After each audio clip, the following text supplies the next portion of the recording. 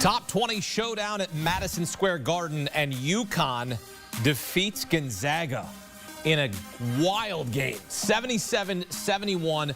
The freshman for the Huskies, Liam McNeely, pumps in 26 points.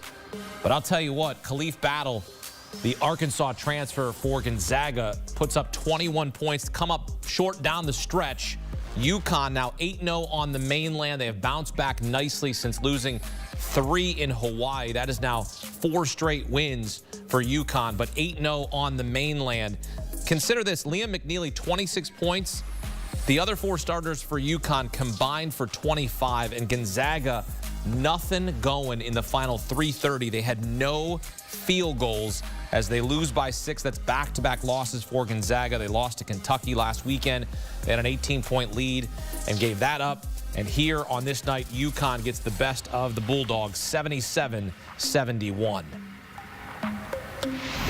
CBS Sports HQ is built by the Home Depot, how doers get more done. Welcome in CBS Sports senior writer Matt Norlander. Your reaction to that game as now UConn is 8-0 in its last 8 games at Madison Square Garden. This is the kind of performance that UConn, its fan base, its team, its coaching staff needed to see to know for sure that the Huskies are still absolutely a factor nationally in this sport and should still be considered a viable Final Four and national title contender. I was with UConn out in Maui, saw them go 0-3, but I was also on hand when UConn beat Baylor in Gamble not so long ago, and this is a new team since it returned home from Lahaina. This was supremely impressive.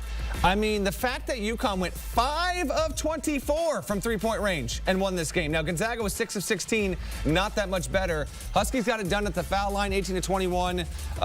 The big picture story is UConn winning the game and having defeated Baylor at Texas, now Gonzaga, and really atoned for the losses in Maui. But this guy right here, Liam McNeely, we are in a season where we have a just mammoth amount of impact freshmen, okay? We're talking 24 newbies into the sport, Hakeem, who have been tremendous. McNeely's been one of the 10 best, unquestionably, on the heels of this performance there. And for him to go off on the big stage, 26 points, what a showing. He helped carry UConn to a big-time victory on a game that was on tenterhooks for the majority of that second half. The Garden went Garden. It had this amazing NCAA tournament, dare I say, Elite 8 game type of vibe here.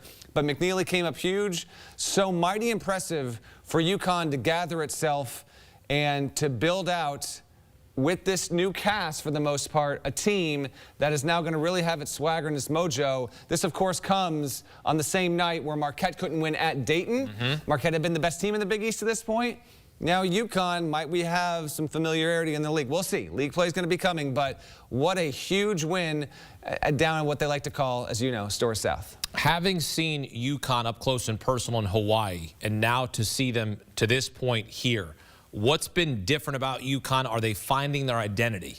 No doubt about it. They've needed a little bit more time to get to know each other. I say this having seen them in Maui, having gone to a practice and a couple of practices and seen that UConn team behind the scenes and how Dan Hurley and his staff were working with that group. Hurley himself said, we're going to need a bit more time to get to know each other. This is not the same kind of team as we've had the past couple of seasons, but I have believed in the acumen and the confidence, the ambition of the guys like Solo Ball, who is never afraid to take a big shot. Samson Johnson left this game early. They still went without Johnson on the floor. Keep that in mind here. McNeely coming into his own. Mahaney had that one big showing against Baylor. So that combined with the fact that you hold Gonzaga. Remember, these were 2 top 5 offenses when we came into this game. You hold Gonzaga to 71 in this spot. That's a really, really good victory. Especially, remember, Gonzaga really let that game a week ago against Kentucky slip away in an unusual fashion. You figured Mark Few's team would be ready and good to go here. Instead, UConn got out to a good lead. Gonzaga pushed back. These teams traded blows. And now we have a Huskies team that has been able to find more of its identity and should be, you know, I won't say strutting into the back half of the month, because that's not going to be the case. Now they've got a little bit more semblance of who we are, what we can be. And I think that this is a big-time antidote to the vexing 0-3 showing that they performed at with the Maui Invitational. Yeah, and they begin Big East play this week, so certainly this is huge for them going into that. Time now for the Doers Playbook, built by the Home Depot, how doers get more done. Breaking down a team's game plan leading to their success. So what was critical to the victory for UConn in this one? Well, one thing undoubtedly was getting to the foul line. The fact that they were able to get there 21 times, make 18 of the shots, that was highly significant. And also matching Gonzaga's intensity down low. Frankly, UConn came ready to play, ready to fight in the post. Graham Ike did not play well whatsoever for Gonzaga.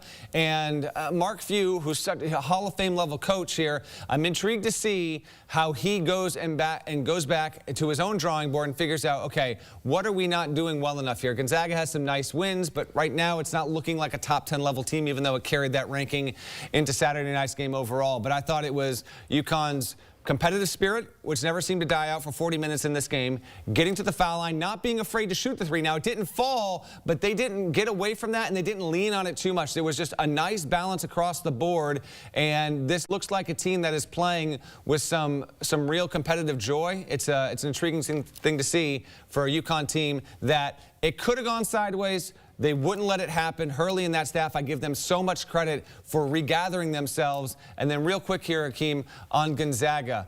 I got to see more out of Ike on a game-by-game basis. Nembhard's a really good point guard. Didn't quite have enough here. Nolan Hickman just is not nearly as dependable as I know Gonzaga fans want him and need him to be. They've got Dusty Stromer. Good role player in some spots here. Ben Gregg might be good for a big shot here or there, but you've got to have more defensive consistency there. I still like Gonzaga big picture. I like them to be a factor nationally, but I was surprised the nature in which they lost against Kentucky last weekend. That was in Seattle, and then against UConn here at the Garden. I thought the Bulldogs would find a way to split it. Instead, they go 0-2, and now they go into Christmas, obviously, with a few more question marks. Yeah, Gonzaga had won 25 straight games following a loss. Now it's back-to-back losses for them. By the way, if you'd like to invite Matt and myself to a Christmas or a holiday party, we're dressed and ready to go. We're both rocking the green here. We got our festive ties on. But instead, on a Saturday, we're talking college hoops because we love it. Matt Norlander here on HQ. And hey, if you're not already listening to the Eye on College Basketball podcast, why not join Matt Norlander and Gary Parrish, where they talk about just a bevy of things. And listen, we are delivering a special late Saturday night, into your Sunday morning commute or doing the dishes, whatever you got going on Sunday. Normally we go live on Sunday. Saturday was so loaded. We are going to have a massive Saturday recap episode ready for you late Saturday or whenever you want to pick it up on Sunday morning. The Eye on College Basketball podcast. Download and follow today.